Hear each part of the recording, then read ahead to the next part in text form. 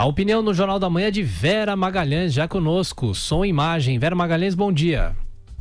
Bom dia, Tiago. Bom dia para você, para todos os nossos colegas aí no estúdio, para quem nos ouve e nos assiste nesta quinta-feira.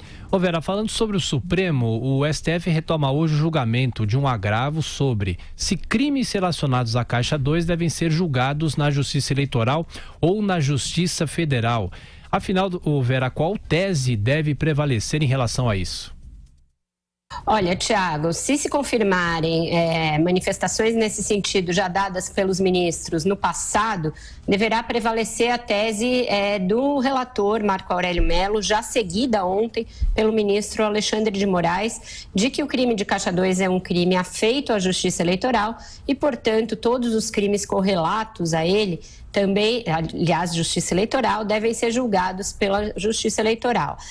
Os dois, nos seus votos, fizeram ali considerações dizendo que tem muito barulho por nada nessa discussão, que os procuradores da Lava Jato estão fazendo um estardalhaço sobre algo que já é consagrado pelo direito e refutaram a tese de que esse entendimento, de que o julgamento a prevalecer, esse entendimento, esvazia a Lava Jato. Eles dizem que hoje em dia esse já é o entendimento aceito pelos tribunais, que não vem razão para todo esse barulho. O voto divergente até agora foi o voto do ministro Edson Fachin, um voto bastante confuso, que propõe um desmembramento não só dos crimes, mas também das datas, processos até uma data, no caso, né? Porque o que se está julgando é um agravo do ex-prefeito Eduardo Paes e do ex-secretário Pedro Paulo, hoje deputado, que recorrem em um inquérito em que eles são investigados na Lava Jato, pedindo para que seja julgado pela Justiça Eleitoral. Fachin propôs ali um desmembramento, mas nada indica que ele vá ser seguido pelos ministros que vão se manifestar hoje. Em casos anteriores, muitos ministros já se manifestaram pela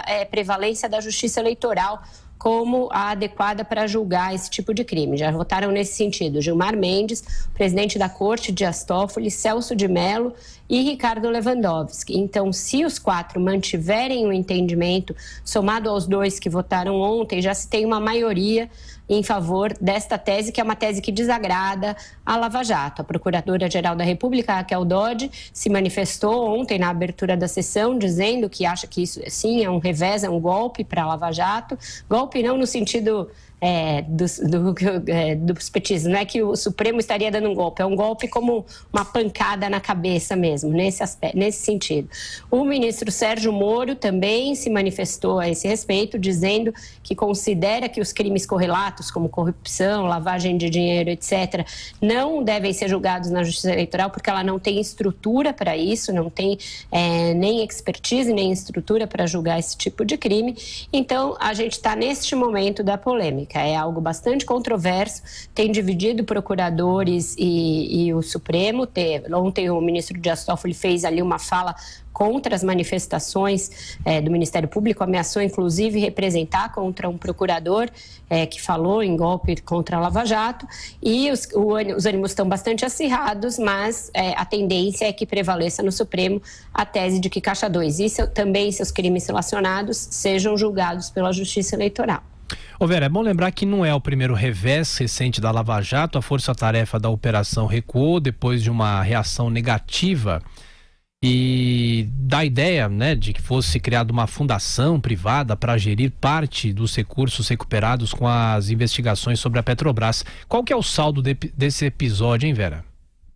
Esse episódio aí é um pouco mais complicado para o Ministério Público, Tiago, porque ele saiu bastante desgastado, mesmo em setores considerados lavajatistas, setores da sociedade que apoiam normalmente a Lava Jato. O que foi isso? Diante da multa aplicada pela Justiça norte-americana à Petrobras pelos crimes do Petrolão, a força-tarefa da Lava Jato conseguiu um acordo de que parte desses recursos fique no Brasil, seja aplicada no Brasil.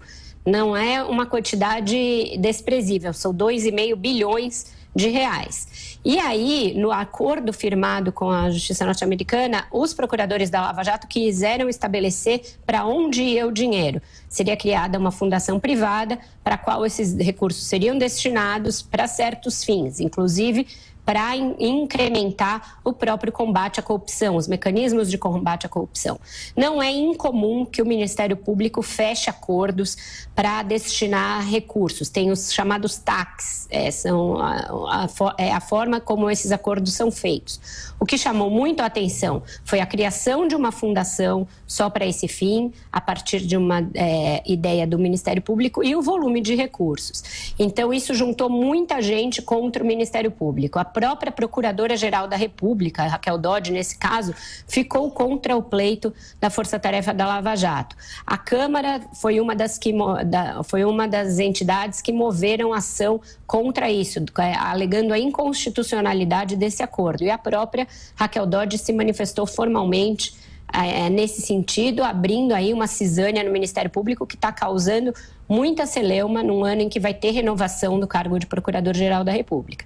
Então, diante de um episódio que expôs um isolamento raro da Força-Tarefa da Lava Jato, eles recuaram, desistiram da criação dessa fundação, até para não contaminar essa votação de ontem e hoje no Supremo. Mas o saldo, nesse caso, foi bastante negativo para os procuradores. Se criou aí, mesmo em setores que apoiam a Lava Jato, a impressão de que os procuradores querem ter poderes maiores do que os que lhes são conferidos pela Constituição.